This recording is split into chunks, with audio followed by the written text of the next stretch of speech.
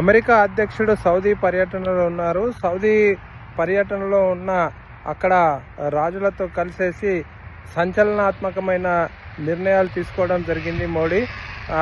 America చరిత్రలోనే మొట్టమొదటిసారిగా Saudi దేశంతో వాణిజ్య ఒప్పందాన్ని కుదుర్చుకున్నారు. $600 బిలియన్ ఈ యొక్క వాణిజ్య ఒప్పందము చరిత్రలో నిలిచిపోతుందని చెప్పేసి ట్రంప్ ప్రకటించడం జరిగింది. అదేవిధంగా సౌదీ వాళ్ళు అమెరికాకు